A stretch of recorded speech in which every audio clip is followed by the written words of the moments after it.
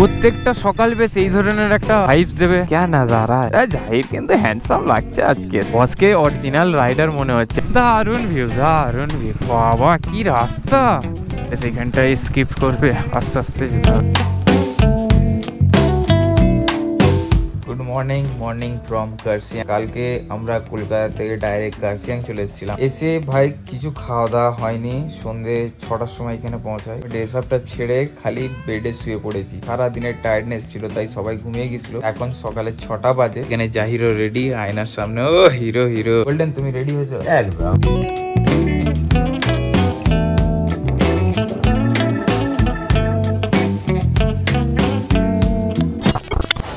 তো এখন বাজে সকাল 7টা, আমরা কার্সিয়াংয়ে আছি। হোটেলে চা পাইনি, তাই জন্য একটু বাইরে এলাম চা খেতে।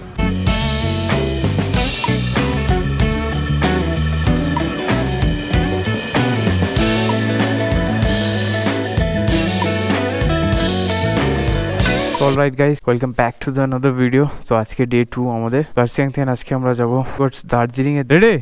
বিসমিল্লাহির রহমানির রহিম।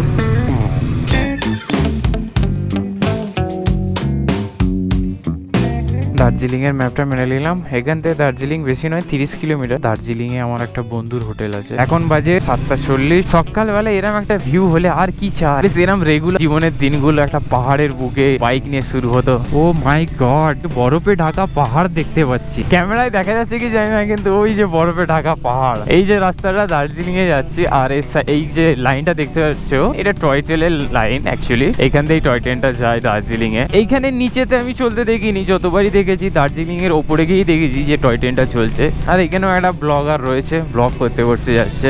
সাবস্ক্রাইব করে দিস ভাই আমার চ্যানেলটা, দেখলে ব্যাড বয় আলফাজ তাহলে ফাটিয়ে দো। এইখানে তো দাঁড়ানো বাজে। এই যে ভিউ, বাহ क्या नजारा। কেমন লাগছে? জাহির কিন্তু হ্যান্ডসাম লাগছে আজকে সত্যি। বস আমাদের দাঁড়িয়ে আছে। বস কেমন লাগছে? বসকে অরিজিনাল রাইডার মনে হচ্ছে। বসের ড্রেসটা আর গাড়ির সাথে ম্যাচিংটা দেখো, আজকে কিন্তু অন্যরকম লোক লাগছে। এইখানে বসে বেশ এক কাপ আমরা চা খাবো, ঘন্টার পর ঘন্টা বসে সময় কাটাবো। লোক আছে এইখানে, আমরা একটু ছবি তুলে নিই। ছবিগুলো তোমরা কোথায় দেখতে হবে? আমার ইনস্টাগ্রাম আইডিতে @alfaz। উফ, উঠাইয়ে না।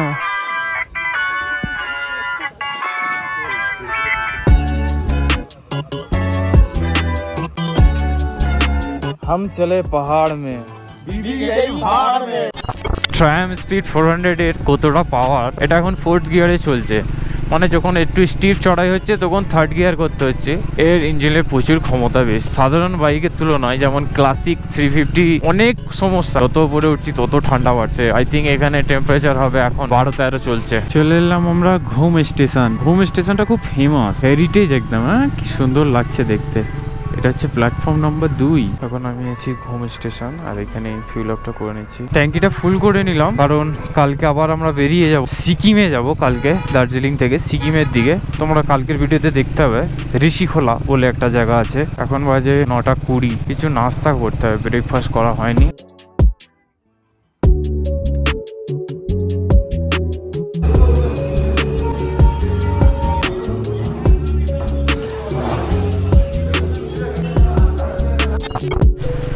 ওই দেখো কাঞ্চনজঙ্ঘা, ক্যামেরাতে দেখা যাচ্ছে কি জানি না। তো দার্জিলিং এসে গেছি। এখান থেকে আমার যে বন্ধুর হোটেলটা আছে, সে বলছে এখান থেকে এখন 1 কিলোমিটার যেতে। এই দেখো টয় ট্রেন। আর এই হচ্ছে Darjeeling station, the famous Darjeeling. তো এখান থেকে আমাদের ডান দিকে যেতে হবে। এখন বাজে 10:30। সোজা উঠতে দার্জিলিং মেল রোডের দিকে উঠতে চলেছি। কোথায় হোটেলটা? এটা দার্জিলিং চার্চ। এসে গেলাম। এখানে আবার ফোন করি এবার। হ্যাঁ, এসে গেছি এখানে। হ্যাঁ, দেখতে পেয়েছি তোমায় হিরো। এই হচ্ছে দাদা আমাদের তন্ময়দা। সো দার্জিলিং এ আমরা যে রুমটা নিয়েছি সেটা রুম টুরটা দিদি। প্রথমে ঢুকে বাথরুম, এই হচ্ছে রুম, ডবল বেড। আর এই পিছনে যেটা সাদা হয়ে আছে, কি দেখাচ্ছি তোমাদের, জাস্ট ভিউটা দেখো। এইখান থেকে জাস্ট বেডে শুয়ে থাকবো, আর জাস্ট এইভাবে শুয়ে থাকবো, আর এই যে মর্নিং এ উঠবো।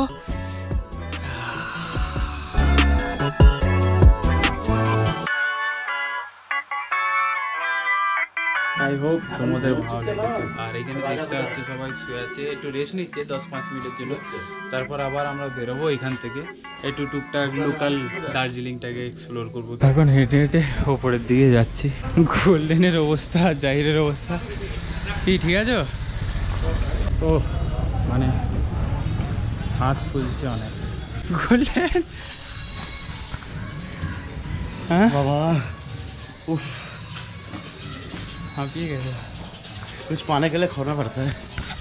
তো আমরা বেরিয়ে পড়েছি দার্জিলিং এর লোকাল সাইট সিন করবো একটু। এখন যাচ্ছি happy valley tea garden. Darjeeling এর অলিগলিতে ঘুরছি। আমার বন্ধুর যে হোটেলটা মাল রোডের পিছন দিকটায়, লোকেশনটা খুব ভালো। ওখান থেকে মাল রোড হাঁটার পথ 1 মিনিট। এই হচ্ছে স্ট্যান্ড, ট্যাক্সি স্ট্যান্ড থেকে আমরা চলে যাবো সোজা। এখান থেকে 3 kilometre Indian oil petrol pump যে দেখতে পাবে, ওই রাস্তাটা ধরে সোজা যাবে। This land belongs to happy valley village. এই রাস্তাটা একটু টাফ রাস্তা, আগে বলেই দিয়েছে। তো আমার তো এটাই চাই, একটু অ্যাডভেঞ্চারাস রাস্তা।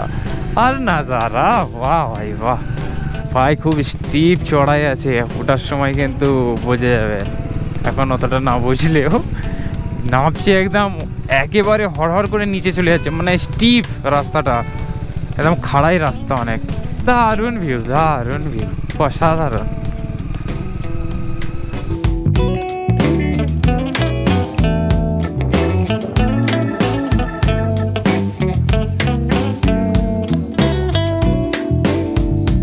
এখন আছি হ্যাপি ভ্যালি টি গার্ডেনে। আর রাস্তাটা দেখে বুঝতে পারছো কি জানি না, পুরো অফ রোড। যদি বাইক নিয়ে আসো তাহলে ভাই মাস্ট ভিজিট। বাইক নিয়ে এখানে না আসলে হয়তো দার্জিলিংটা তোমার আধুরা রয়ে যাবে। সবচেয়ে খুবসুরত এখানে নাজারা টি গার্ডেন। আর এইখান থেকেও একটা অফরোডিং প্যাচ উঠছে, এখানে যাবো নাকি? ও ভাই দেখো দেখো, এই সামনে জাহিদ যাচ্ছে আস্তে আস্তে।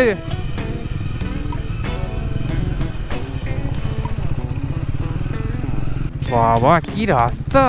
হ্যাপি ভ্যালি গার্ডেনের 1854 সাল থেকে এখানে চা বাগানের উৎপত্তি হয়। সেই থেকে এটা ইন্ডিয়ার বৃহত্তম চা বাগান। এখান থেকে অল ওভার ওয়ার্ল্ডে চা সাপ্লাই হতো। রাস্তাটা কেমন লাগলো? মজা এসছে না? পুরো অ্যাডভেঞ্চারাস রাস্তা। আর এখান থেকে পুরো দার্জিলিংটা দেখা যাচ্ছে।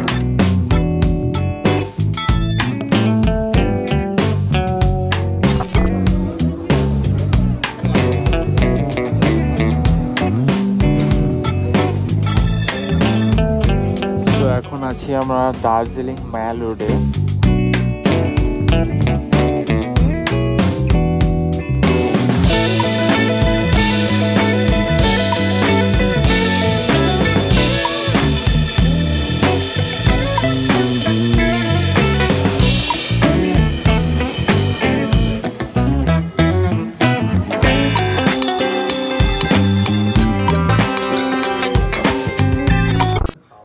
দাদার হোটেলে রাতের ডিনারটা হচ্ছে ফ্রাইড রাইস, চিলি চিকেন। এখন বাজে রাতের ওই 10টা, 10:30 বাজে। এখন আমরা ডিনারটা সেরে নিলাম, হালকা করে পেঁপে দিয়ে চেপে দিলাম।